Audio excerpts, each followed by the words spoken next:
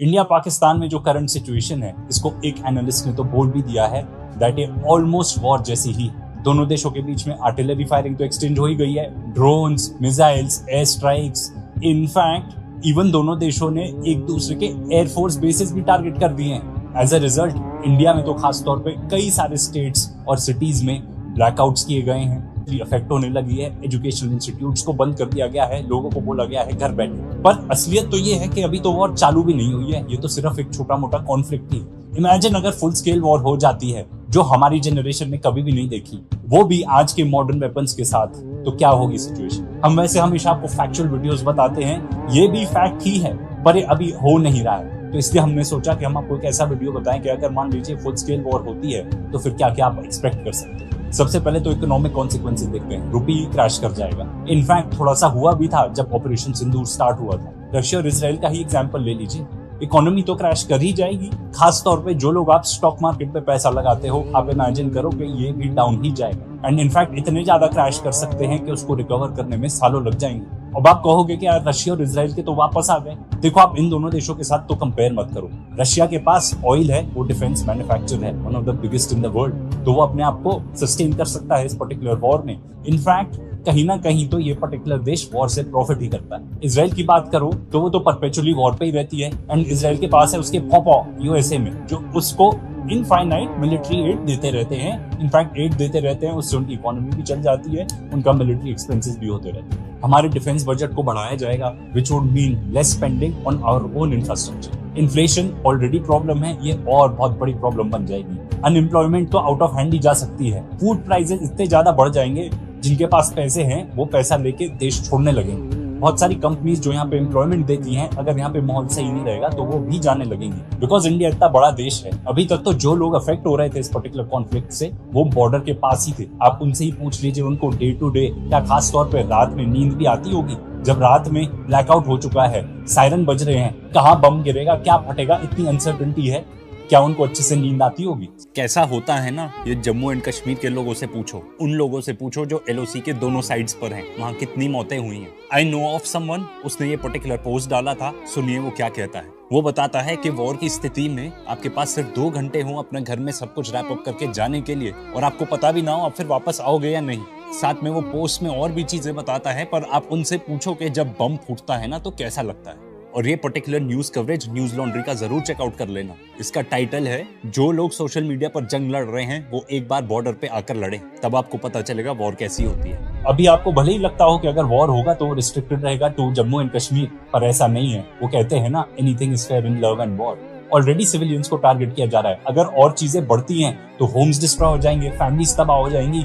आप कहीं देख तो लो फोटोज वीडियोस के लेबनान, सीरिया, गाजा में क्या हो रहा है। आपको एग्जांपल मिल जाएगा कि अगर एयर स्ट्राइक होती है तो किस टाइप का डैमेज होता है। और जितने भी लोग कह रहे हैं ना वॉर चाहिए वॉर चाहिए, मैं आपको बताता हूँ, आप ये पर्टिकुलर 2 डॉक्यूमेंट्रीज ही देख लो। ये बेसिकली बताती हैं after math of war, not even during the war. मैं आपको चैलेंज करता हूँ कि आप ये 10 मिनट तक ये पर्टिकुलर डॉक्यूमेंट्री देखो और आपका गला ना सूखे तो बताना।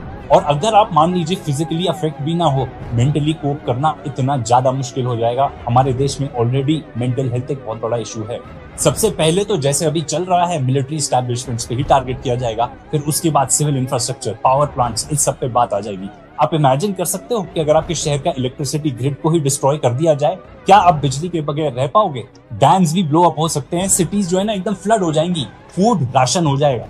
जो इतना साल लगा है आपके पूरे शहर को बनाने में, वो यूं मिनटों में तबाह हो जाएगा। और जहां तक साइबर अटैक्स का सवाल है, कुछ भी normal day to day life में करना मुश्किल हो जाएगा। कोई मीडिया कवरेज नहीं होगी, कोई इंटरनेट नहीं, कोई सोशल मीडिया नहीं। ये जो वॉर्स है ना, ये होते हैं वॉर्स ऑफ एट्रिशन, एंड ये बहुत लंबे चलते हैं। आप रशिया यूक्रेन का ही एग्जांपल ले लो। कहाँ सोचा था कि रशिया तो इतना बड़ा देश है, यूक्रेन को तबाह कर देगा। आज 3 साल हो गए हैं, अभी तक तो नहीं खत्म हुआ है वो वॉर। इजराइल पैलेस्टाइन को देख लो, वो तो खैर वॉर भी नहीं है, वो तो एक जेनोसाइड ही है। एंड इजरायलीज, जिनको हम मानते हैं कि one of the most formidable आर्मीज है, वो एक गाजा में हमास को नहीं हरा पा रही, जिसके पास ना कोई एयर डिफेंसेस है। वो तो एक इनफैक्ट एक मिलिशिया है, आर्मी भी नहीं है। यूएस इराक वॉर 2003 में चालू हुआ, 2011 में खत्म हुआ। एंड मैं फिर से बताता हूँ, आज की डेट में तो कॉन्फ्लिक्ट इतनी छोटी है, जो नॉर्थ में ही हमारे एयरपोर्ट्स हैं वही बंद हो गए। कितना बिजनेस का नुकसान हुआ है आप इमेजिन भी नहीं कर सकते। लोगों को बोल दिया है अंदर रहो, बिजनेस सफर होता है, स्कूल नहीं जा पाएंगे आपके बच्चे, पढ़ाई नहीं कर पाएंगे, कोई पर्सनल लिबर्टी नहीं रह जाएगी। ये जो मॉडर्न वॉरफेयर है ना, ये सिर्फ एलओसी तक सीमित नहीं रहता, ये कब आपके घर तक पहुंच जाएगा आप इमेजिन भी नहीं कर सकोगे। मैं तो खुद ही बताता हूँ कि इतने टाइम से हम बाहर के वीडियोस देख रहे हैं कि ईरान में ये हो गया, इजराइल में ये हो गया, सीरिया में ये हो गया, गाजा में ये, लेबनान में ये, ऐसे एयर स्ट्राइक्स हो रही हैं। पर जब आज के डेट में वो हमारे घर तक पहुंच गया है, ये कितना स्कैरी है, आप इमेजिन नहीं कर सकते कि क्या क्या हो सकता है। दोनों देशों के पास ऐसी मिसाइल्स हैं कि वो कभी भी किसी भी सिटी को टारगेट कर सकती है। इससे पता है क्या होगा, अगर एक भी सिटी को बॉम्बार्ड किया मिसाइल से,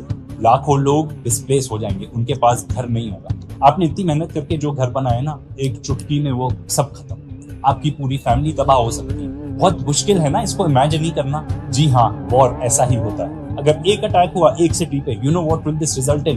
कोई हॉस्पिटल नहीं, कोई मेडिसिन नहीं, खाना नहीं आ पा रहा, पीने तक को पानी नहीं मिलेगा, बच्चे अनाथ हो जाएंगे, फैमिलीज तबाह हो जाएंगी।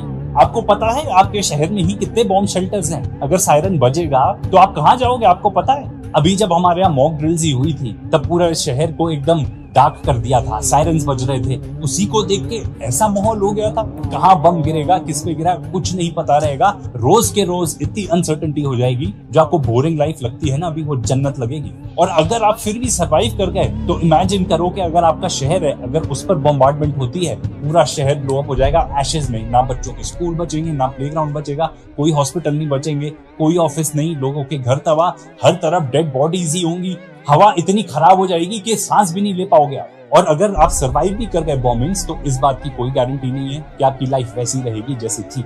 आपकी टीवी मीडिया आपको जितना बताते रहे, हाँ इंडिया ज्यादा स्ट्रॉन्गर मिलिट्री है, इतनी पावर है, ये सब सच है। पर आपको क्या लगता है पाकिस्तान के पास कोई आर्मी नहीं है, उनके पास कोई डिटरेंस नहीं है? जो पिछले 3-4 दिन में हुआ है, ये उस बात का सबूत है कि अगर आप अटैक करोगे तो सामने वाला भी अटैक करेगा, टिट फॉर टैट चलेगा। और ये इस बात का भी सबूत है कि पाकिस्तान के पास भी अपनी कैपेबिलिटीज है, वो कोई ऐसा कोलैप्स नहीं हो जाएगा। और जो कोई भी ऐसा सोचता है आज के डेट में, बहुत ही बड़ा बेवकूफ है। रिजल्ट तो ये होगा कि हमें मिलेगा कुछ नहीं, डेथ और डिस्ट्रक्शन होगी दोनों साइड्स पे। और अगर इंडिया कुछ भी ऐसा रिडिकुलस कर दे, जैसे कि टीवी न्यूज वाले बताते हैं, इनफैक्ट वो तो बताते हैं कि ऑलरेडी कर ही दिया, कराची में बॉम्बार्डमेंट कर दी, लाहौर ले लिया, ये सब बकवास बताते हैं, इस्लामाबाद तक पहुंच गए। और जैसा ये एडवाइस करते हैं ना कि हाँ हम कराची पोर्ट का ब्लॉकेड कर सकते हैं, ये इतनी ज्यादा डेंजरस बात है। ये फैक्ट है कि पाकिस्तान छोटा देश है हमसे, उसकी आर्मी, कन्वेंशनल आर्मी हमसे थोड़ी छोटी है, इसीलिए तो उन्होंने न्यूक्लियर बॉम्ब में इन्वेस्ट किया है कि अगर कोई भी काम आप ऐसा करोगे जिससे उसको एग्जिस्टेंशियल थ्रेट होगा, उसके पास अगर कोई ऑप्शन नहीं बचेंगे तो वो न्यूक्लियर बॉम्ब यूज कर सकता है।